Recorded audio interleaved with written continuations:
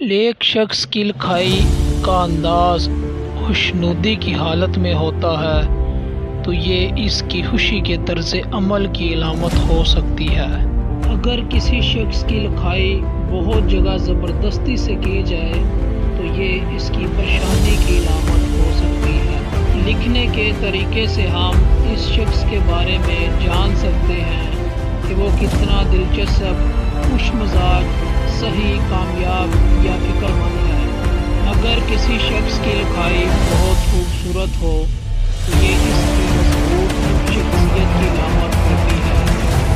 کوئی شخص بہت تفصیلی لکھتا ہو تو اس کی شخصیت دلچسپ اور مجسس کی علامت ہوتی ہے۔ ایک شخص کی لکھائی سے ہم اس کی تعلیمی سطح، تجربے، مہارت اور اہمیت کے بارے میں بھی بہت کچھ جان سکتے ہیں۔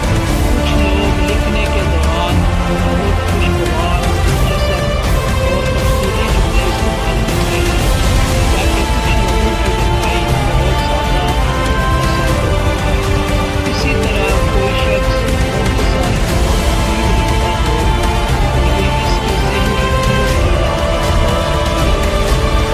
علاوہ لوگ اپنے لکھنے کے انداز میں بہت زیادہ جذبات پیدا کرتے ہیں۔